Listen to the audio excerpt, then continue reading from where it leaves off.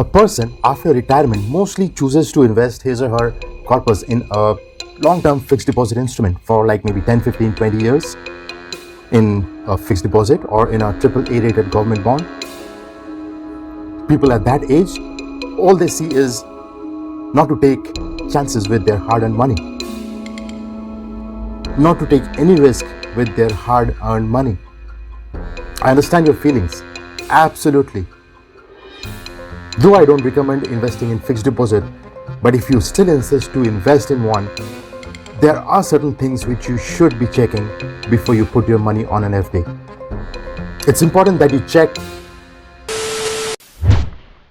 रुकावट के लिए खेद है. We'll return soon with what you need to check. Meanwhile, I request you to hit the like button and subscribe this channel and help this video reach a lot of people so they can get benefited.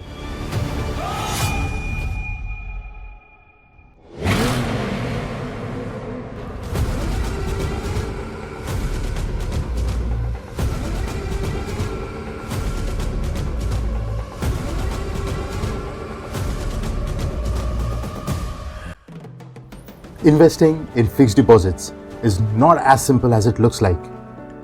The risk of a rise in the interest rate after you have locked in your fixed deposit amount. What does it mean? It means that you have not given a thought to its inflation trajectory. Confused? Let me explain. Central banks like the RBI in India, they alter the interest rates as per the inflation. If inflation is rising, RBI increases the interest rates. They do that to cool down the economy and vice versa. The returns on your fixed income instruments are directly proportional to these interest rates. A rise in the interest rate in the economy often translates into a rise in the interest rate of a fixed income instrument. This matters to you because if you are locking in your money on a fixed income instrument for a very long period of time, maybe for a very, very long period of time, you would probably want it to be locked in for or at a very high interest rate, isn't it? Now just think, you have invested your money, you have locked in your money on an FD and the interest rate starts rising. You now lose out on an opportunity cost, don't you?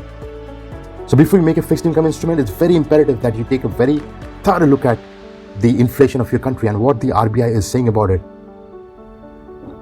Okay, I understand. I'm sorry. I understand not everybody is so sound that they can decode the complex economic terms. But then what do? Is there a way to minimize the opportunity cost and optimize the returns? Yes, of course, there is something that can be done. But before we see that, first try and understand why long-term investing is not a good option. The major problems are depreciating values of returns. Now you may ask, how can the value depreciate if it's a fixed deposit? It's fixed deposit, it's giving me fixed returns, isn't it? That's a very valid question. A valid question. But the answer is horrifyingly simple and unavoidable. It's inflation that eats on your return. Now let's say this with an example. You put in 10 lakhs in a 10-year bond with a coupon rate of 7%. You know for sure you will get 70,000 annually. It's a good money. It's a good money today, right? Assuming a 7% average inflation on your money, it's not worth 70,000 the next year or even the coming years from now.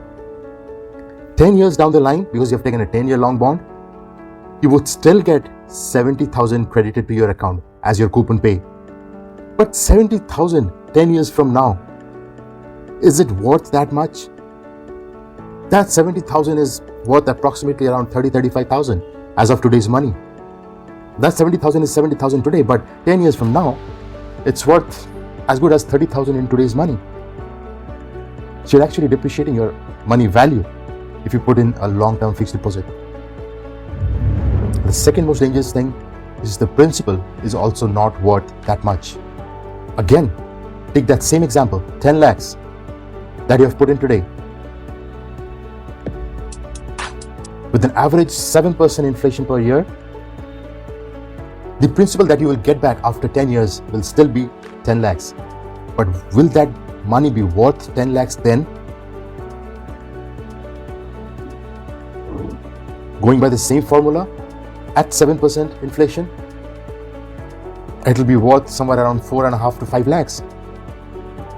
Wow, less than half. Isn't it amazing?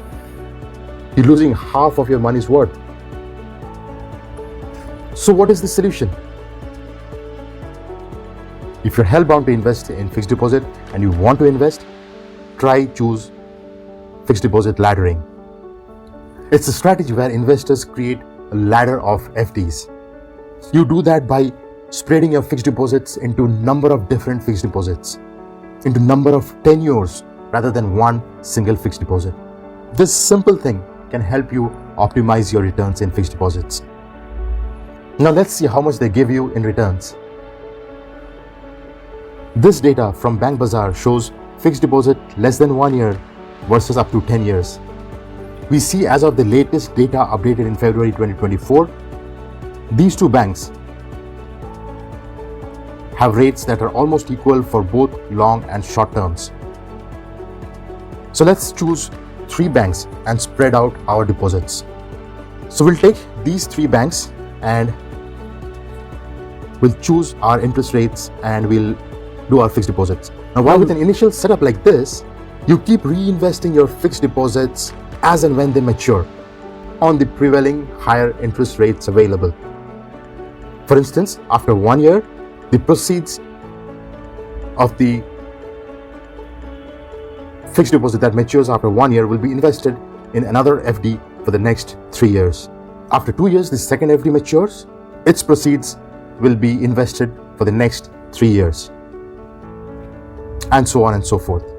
So with FD laddering, you do not commit your money, all your money into one FD, into one particular interest rates. So in this example, let's say your interest rates goes up after you block your fixed deposit. If you had put it for a very long period of time, you would have had to suffer a long-term opportunity cost, which is not the case here. Because you're doing an FD for 1, 2 or 3 years, or at the max you're swiping it for the next 3 years. And what's more, as the first year's FD expires or matures, you get opportunity to reinvest that with a higher interest rate. Thus, the impact of the increase in the interest rate is less on your investment. The impact of you not capitalizing on the opportunity cost is less. Not just this, it also provides better liquidity because your investments mature every year virtually. It provides you with more safety because your FDs are spread across different time horizons. Your FDs are in different banks, and better returns because as and when the FDs mature, you can look around for a better FD interest rate and invest in that product, in that bank. However, you must be very careful because FD laddering is not all about increasing the FD returns. It's a risk optimizing, return optimizing technique. It can well happen that your interest rates would fall after you have locked in your amount. In that case, when the first FD matures, you would probably have to reinvest it back on a lower interest rate. So that's a big disadvantage. So that's a big opportunity loss. FD laddering can work against you if the interest rate falls. So if this happens to you, then this video series will give you some insight of what you should be doing next. And if you want to clear your finance basics, then this playlist is where you should be visiting next. And if you want to know more about time segmentation, FD laddering, you can visit this video here. Go ahead, click on them right now. As of this video, adios.